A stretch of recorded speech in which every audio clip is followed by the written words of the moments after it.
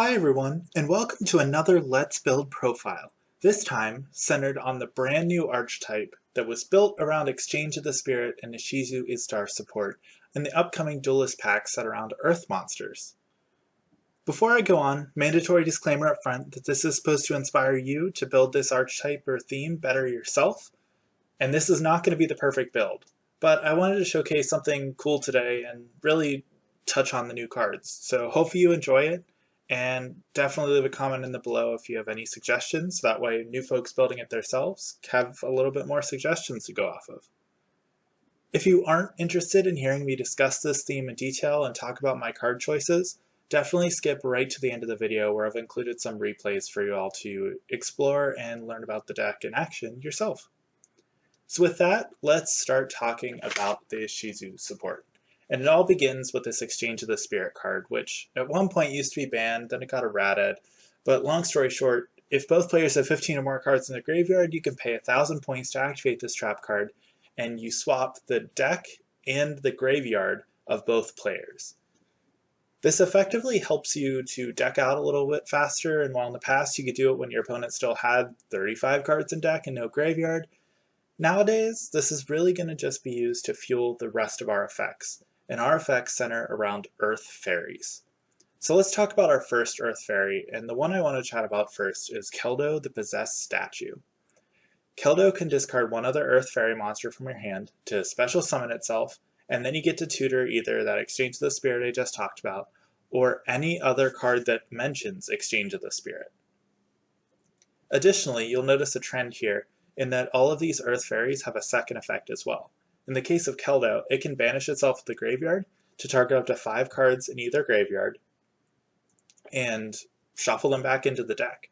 So in other words, if you send a lot of your cards to the graveyard, you can just put them back in so you have a larger deck. Or if you want to remove a couple of threats from your opponent's graveyard, you can also trigger this quick effect. Now Keldo does have a limitation in that if Exchange of the Spirit is not on your field or in your graveyard, at the activation, you can only target 3 cards, but that shouldn't be too much of an issue with the amount of milling we're going to be doing, especially as I get onto the other monsters. The second retrain version of the ancient Earth Fairy monsters from the original DM series is Mudora, the Cestus Oracle. Mudora is a level 4 Earth Fairy, just like the rest of the major monsters I'm going to highlight here. And this can discard another Earth Fairy monster to special summon it from the hand, and then it places one Gravekeeper's Trap from your deck face up in your spell trap card zone. I'll cover that in a second, but effectively it tutors a continuous trap and puts it onto your board. Additionally, it carries the same graveyard effect as Keldo, and then it can banish itself from the graveyard to shuffle 5 cards from the graveyards back into the deck, and you can only target 3 if you don't have that Exchange of the Spirit. Moving right along to the card it tutors, that would be Gravekeeper's Trap. And this basically gives you a one-sided Necker Valley whenever Exchange of the Spirit is in the graveyard. As while it's face up, whenever Exchange of the Spirit is in the grave, your opponent cannot activate card effects in the graveyard or special summon monsters from the graveyard. So the graveyard basically becomes sealed to them. Additionally, you can discard a card to either tutor a Gravekeeper's monster or an Earth Fairy from your deck to your hand. Now this is really just to bring together both sides of Ishizu decks, so historically she's always been referenced by using a Gravekeeper deck in the video games or things like that, but really this trap is supposed to be used with either the Earth Fairies or the Gravekeeper monsters themselves. Gravekeeper's Trap's last effect is to guess the opponent's draw before they draw, and if you guess it right, well, it gets sent to the graveyard rather than added to your hand. Good thing we have a couple ways to see what's coming, but we'll get to those monsters later. Moving along to the third retrained Earth Fairy, that is Kelbek, the Ancient Vanguard, and this is where we get to the responsive Earth Fairy monsters. This first one triggers whenever a card is sent from the hand or deck to the opponent's graveyard, so one of your opponent's cards gets sent to their graveyard. You can target an opponent's special summon monster, and then you special summon this Kelbek from your hand, and bounce that opponent's monster back to hand. Additionally, if Kelbek is sent from the hand or deck to the graveyard, you can then send the top 5 cards of each player's deck to the graveyard. And then if you have that pesky copy of Exchange of the Spirit in your graveyard, you can then set any trap from your graveyard. This means that you can mass mill some more, And then if you're lucky, you get to get a trap back for your efforts. You'll see I keep on talking about this mass milling concept, and that's really where this next monster comes in as well, so let me just jump right to that. And that's Agido, the Ancient Sentry. Agido, continuing the trend of level 4 Earth Fairies, has the same exact starting effect as Kelbek in that it requires a card to be sent from the hand or deck to the opponent's graveyard. Just in the case of Agido, it special summons from the hand, and then you get to special summon another Earth Fairy from your graveyard. So it just gets you another monster on your board. Additionally, whenever Agido is sent from the hand or deck to the graveyard, you can send the top 5 cards of both players' decks to the graveyard. And then, if you have that Exchange of the Spirit, since every card has to mention it, you then can send the top 5 cards of either player's deck to the graveyard. So you can either choose to mill 5 more cards from your opponent's deck to get closer to the deck out win condition, or you can mill 5 more cards of your own to see if you can hit another Kelbek or an Agido. Not that you'd really want to hit a second Agido, because it does have a hard once per turn on both of these effects. The other option that you do want to send to the graveyard is the new trap card for this archetype, and that is Blast Held by Fate. This card features Obelisk prominently in its card art, but whenever your opponent's monster declares an attack, Blast Held by Fate will destroy the monster with your opponent controls with the highest attack, just like Widespread Ruin, and then you get to inflict damage to the opponent equal to the destroyed monster's original attack. If you have Exchange of the Spirit in your graveyard, its effect ends there, but if you don't, you do also take the same damage that your opponent took. Additionally, if this is sent from the hand or deck to the graveyard by any means, so by effect or by a cost to send to the graveyard, such as for Gravekeeper's Trap, you get to recover a level 4 Earth Fairy from your graveyard and add it to your hand.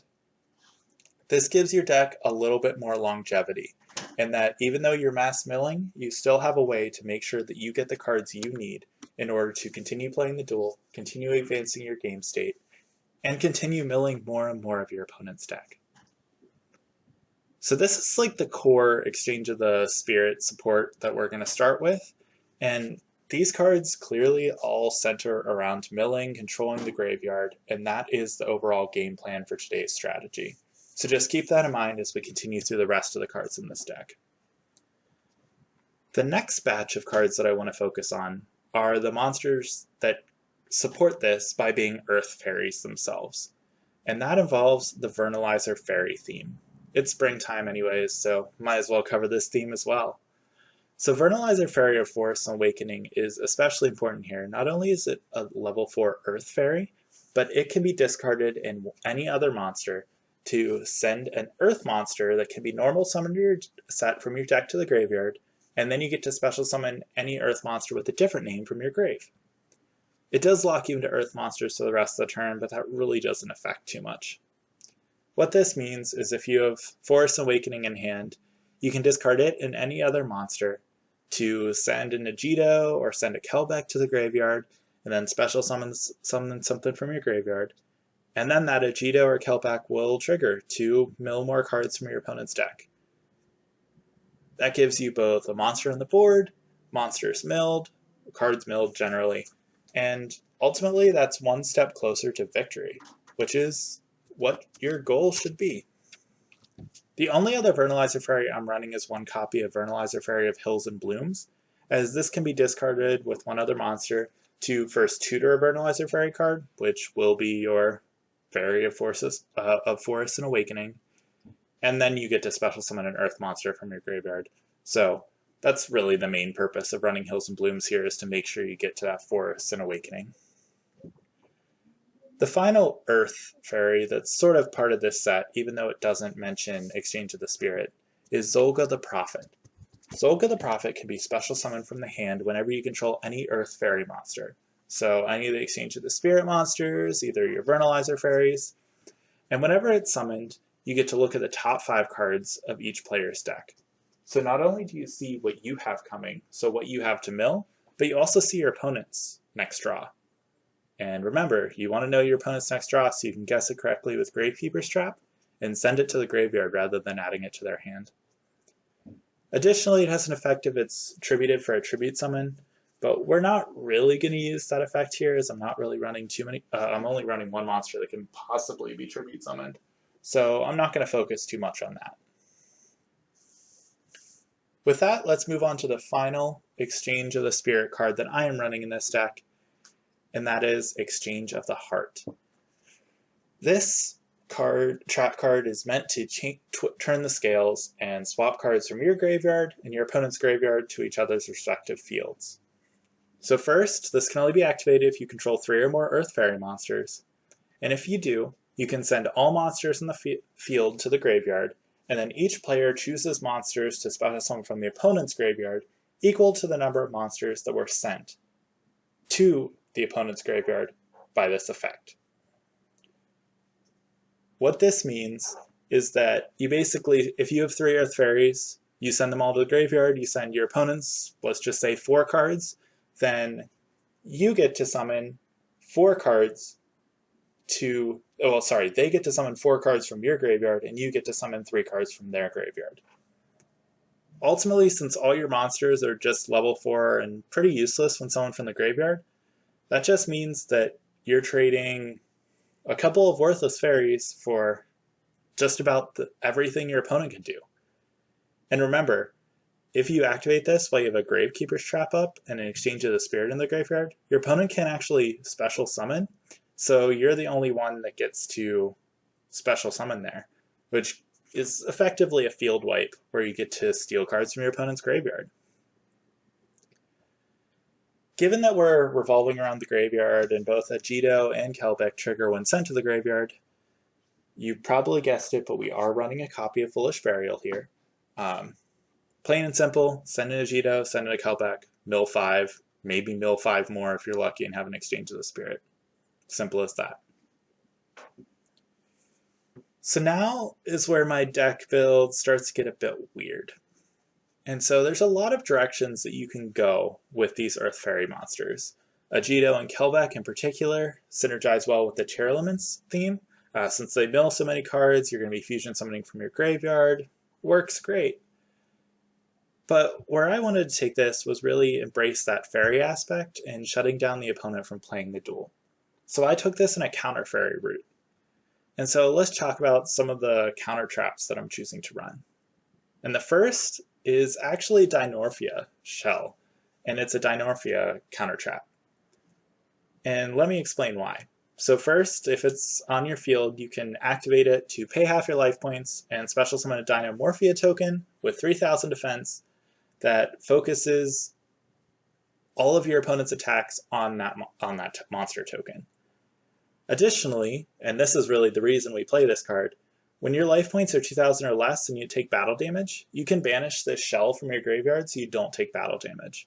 In other words, this is a way to protect yourself from OTKs or from death by battle damage that you can mill from your deck to the graveyard with Agido, with Kelbek, and just have a little bit of extra breathing room to think about what you have done and protect yourself from dying unexpectedly. This means it is perfect for giving you that protection while milling, while also giving you protection if you don't mill it and do draw it into your hand. Given that I am about to go into a couple more counter traps, I am running one copy of Sacred Arch Air Knight Parshath, which just lets, if you negate the activation of a spell, trap card, or a monster effect, or if you activate any counter trap card, you get to banish 2 other fairy monsters from your hand, field, or graveyard to special summon itself from the graveyard or the hand. Additionally, whenever it deals battle damage to your opponent, and it has piercing, you get to tutor a Parshath card or a counter trap from a deck to your hand, so you're probably going to be tutoring that counter trap, that second option. Since we are going to be negating so many things, as you'll see with the next cards, this is just a recurring way to add another beat stick to the field, to add more searching for more negation, and really lock down the duel and prevent the opponent from playing as you start milling them out card by card. So enough alluding about these counter traps, let's get right into the options that I'm choosing to run in this build I'm suggesting to you all. And the first is Dragon King's Aura, the new counter trap from the newest set as well. This counter trap card triggers whenever your opponent activates a monster effect on the field. First you negate the activation, then you destroy the monster, And then you have the option to banish a monster from your hand to steal the opponent's monster, negating its effects, of course, but it lets you trade something worthless in your hand for another monster your opponent controls if you really want to. But again, you do not have to banish a monster from your hand to do this, so that's entirely optional and really only given for a specific circumstance when you really want to use that. The other counter trap option is perfect for this deck, especially when they're going to be milling so many cards, and that is Showdown of the Secret Sense Scrolls Techniques. This counter trap can be activated whenever your opponent activates a spell, trap card, or monster effect with the same name as a card in their graveyard. Negate it for free. So, in other words, just negate it. If they have another copy in their graveyard, negate it. If they happen to trigger an effect monster that's sent to the graveyard, buy an effect of your Keldo or your Agido, negate it. This counter trap card is the bread and butter of your build, and essentially supports the effect of Gravekeeper's Trap, because Trap will seal everything that's already sent to their graveyard, and then Showdown can negate anything if they activate from their hand that has already been sent to the graveyard. Again, we're going to be sending a lot of cards to both graveyards here, so there is a very high chance, especially since so many decks run multiples of cards, that you're going to be able to activate this trap and negate something for effectively free. This leads us into the final cards of the deck, which are meant to play off of all these counter trap cards, play off this negation, and these first ones are Layered the Liberator. Layered is traditionally a counter fairy monster that is not used too often in counter fairies, as it's very unreliable. Layered adds 2 banished fairy monsters from your banish pile, however you want to call that, to your hand each time a counter trap card is activated. While counter fairy traps really don't run that many monsters, counter fairy decks don't have a good way to banish their monsters, this deck does through a variety of means. First, you have Mudora's effect to banish itself from the graveyard. Second, you have Keldo's effect to banish itself from the graveyard.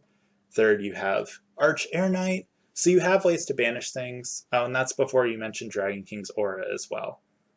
So you're going to be banishing monsters from your hand, from your graveyard, just to fuel this effect and make it worth it. Second, you can almost guarantee that you'll have counter traps, because as you mill your deck, you can banish that Mudora, you can banish that Keldo to actually shovel them back into your deck to give you a better chance to draw them on your subsequent turns. Or, if you don't want to wait around to draw them, you can just rely on that Parshath to tutor them out for you. Closing out our build today, we have Monster Reborn. You're going to be sending a lot of cards to the graveyard. Why not reap the benefits by reborning one of them? And with that, we've closed out the main deck here of Ishizu counter traps. There's a lot of fun things that like to be sent to the graveyard. There's a lot of fun Earth Fairies. There's a lot of fun little engines at play here, from the Vernalizer Fairy to the Exchange of the Spirit Fairies to a little bit of Dinomorphia, counter fairy stuff. So we got a lot of fun tools in the toolbox. Next, let me just quickly breeze through the extra deck here. There's nothing too special to write home about. The extra deck is really just a utility toolbox for this deck, and you really don't need to summon too much. I mean, you kind of want to leave all 3 of your Earth Fairies up to be able to activate your Exchange of the Heart. So just keep that in mind. You don't really want to be link summoning them away if you don't have to. But I'm running a copy of a Zeus Sky Thunder. Combined with number 82 Heartland Draco, this works great, since Heartland Draco can detach a material to attack directly, and then Zeus can overlay on top of it, having 2 materials to be able to discard to send all of the cards in the field to the graveyard. Additionally, I'm running a copy of Fairy Cheer Girl, which is another rank 4 monster. This one can detach a material to draw a card. Pretty simple. It requires fairy monsters, so it's not commonly used, but it works great with Agido if you haven't already locked yourself into Earths with a Vernalizer Fairy effect. As for the rest of the monsters, they're pretty much all pretty standard links. Underworld Goddess of the Closed World, Mech Knight Crusadia Avermax, Boral Sword Dragon, Access Code Doctor, Apollo Usabo the Goddess.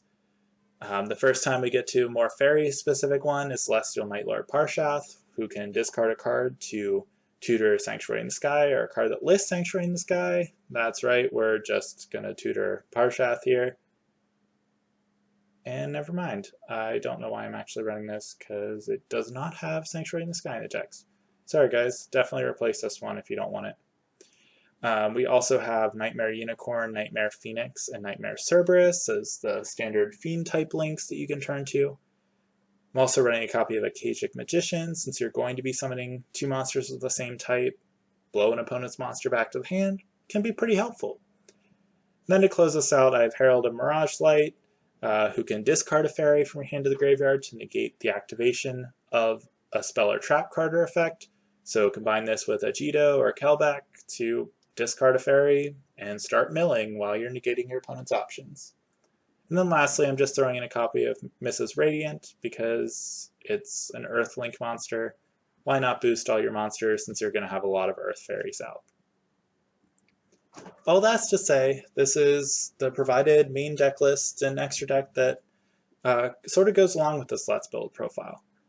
As I keep mentioning time and time again, the theme is just mill your opponent's card to the graveyard, lock them down with Gravekeeper's Trap, and then once they're locked down, you just slowly whittle your opponent's resources away by negating any other option they have, resulting in a grind game that leaves them in a very losing position.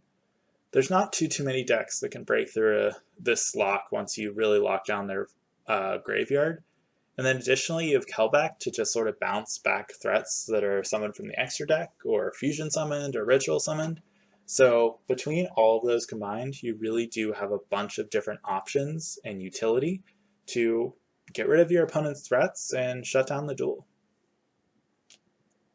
Alright, given all this talk of fun things, let's spend the last bit of this profile talking about some additional cards you can turn to and look to whenever you're building this deck. First one I like to include is Gravedigger's Trap Hole. This is another negation trap that can negate a monster effect to either the hand or the graveyard. So if you don't have a Gravekeeper's Trap, you can turn to the Gravedigger's Trap Hole to sort of stop your opponent's cards. It also inflicts 2,000 damage, so that gets you a little bit closer to a victory via damage. While that's not optimal for this deck, it's definitely an option you can turn to. You don't have to rely on just milling as your only way to win. In terms of Earth Fairies, there's a ton you can turn to use. Thrawn, the Disciplined Angel, the recent TCG World premiere, basically special summons itself when an Earth Fairy is sent from the hand or field to the graveyard, so just gives you another level 4 fairy. Perfect for exchange for the heart. Hint, hint, hint. The other option to use your normal summon outside of Laird the Liberator would be World Soul Carbon, as this can be attributed to tutor an Earth Fairy monster from your deck to your hand. That really adds a lot of consistency if you prefer to do that rather than play for the grind game like the build I just designed. You can look to the Quardon, the Great Sage, which is a recent promo that was revealed that goes along with this theme, that whenever it's normal summoned, you get to set a continuous trap from your hand or graveyard. So in this case, it would be another way to get back to your Gravekeeper's Trap if your opponent does end up getting rid of it. Also, it is effect when sent to the graveyard to protect your face-up traps from your opponent's card effects. So it's a great way to protect your Gravekeeper's Trap even if you already have it out. As for the remaining Earth Fairies, you can turn to Medolke Petting Cessor. This can special summon itself from their hand pretty easily on turn 1. Outside of that, it's just an extra body. It's not really the most important thing, but it is an option that you can consider. Finally, you also have the other 2 Vernalizer Fairies. So Mountains and Melting Snow can discard itself and another monster to draw a card before special summoning an Earth from the graveyard. And then the last one, Flowers and Fields, can recover an Earth monster from your graveyard to the hand before special summoning another Earth. These ones are not optimal, specifically because they're level 3, and a lot of your support works with level 4 Earth Fairies. Outside of that, they are options if you really want to beef up the Vernalizer Fairy, but that does have an extreme cost on your hand, as it does cost itself and another monster discarded in order to activate its effects, which can be a heavy toll for decks that really can't replenish their hand with multiple monsters. While you can do that with Laird, you really can't do that the same turn, as all your counter traps have to be activated the following turn after they're set. Speaking of counter traps, figured I'd highlight a couple of great options for you in terms of other counter traps you can use. If you're scared of hand traps, cross exclusion is an amazing new counter trap. Well, technically it's X exclusion when it was released to the CSG with the last set, TCG with the last set. But whenever your opponent activates a monster effect in the hand, you negate the activation, and then you can discard an extra card from their hand. Since most hand traps discard themselves, you're basically getting 2 discards for 1 card. Works out pretty well. Continuing the trend of counter traps that can support your anti-graveyard playstyle, Debunk can be used to negate the activation and banish a monster whenever it activates its effect in either the hand or the graveyard. So that gets you another free negation, even if you would mill something unsavory. Since this is a mill deck and you're trying to run your opponent out of cards, the 2 options that actually work surprisingly well in here are both Dark Bribe, which can negate a spell or trap card activation and your opponent draws a card, or Recall, which negates an opponent's monster effect activation and your opponent draws a card. Either way, you're getting 1 step closer to winning the duel by reducing their deck from 1 more. While this isn't quite as effective as it is in Mystic Mind decks, it still can be pretty effective for you. Moving right along, we have the ubiquitous Solemn Judgment. This is always a good counter trap card to look at. The issue here is that the life point cost can be especially high even as you have that Dinomorpheus shell to protect yourself from errant OTKs. You can also look to Blackhorn of Heaven. A lot of decks like to special summon from the extra deck. If they link summon, you can just trade this counter trap to destroy that special summon monster and negate its summon. That's a pretty easy trade for me, and it works out well with the cards you have. Finally, the last option, if you really want to be brave and really lead into this whole Parshath side of the deck, you can run a couple copies of Rebirth of Parshath, which, whenever a spell, trap card, or a monster effect is activated, you have to reveal another counter trap from your hand, then you discard a card, then you pay 1,000 life points, and you negate the activation, shuffle the card back into the deck, and then you can special summon a Parshath monster from your deck or extra deck.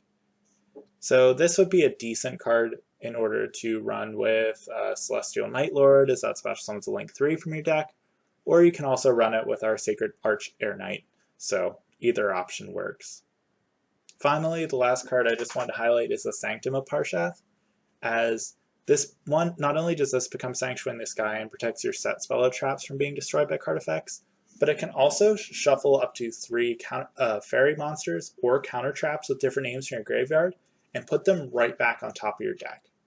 This means that you're basically stacking your deck for your next Agido mill or your next Kelbek mill to mill exactly what you want the next time you mill. While this doesn't necessarily do too much different than either your Mudora or your Keldo, it does guarantee that the next 3 mills will be of your choice. So definitely keep that in mind as a decent option, and this might even be the basis to expand more into the counter fairy space and more into the Sanctuary in the Sky support. So with that, this is the Exchange of the Spirit deck following the new Ishizu support. Hopefully you liked it. Hopefully it opens your eyes to a different sort of deck, one that tries to mill the opponents out and then restrict them from playing further. But there are definitely a lot of room for experimentation here, and maybe you're not as inclined to try out the grind game like I am by including Liar the Liberator, but you can definitely explore this theme and build this in a number of ways. So I hope you go and try it yourself, and you're at least inspired to explore a brand new archetype with brand new cards and see if it works for you. With that, I'll turn it over to some replays, so thanks for listening if you made it this far, and catch you next time with more profiles later this week. With that, Quincy out.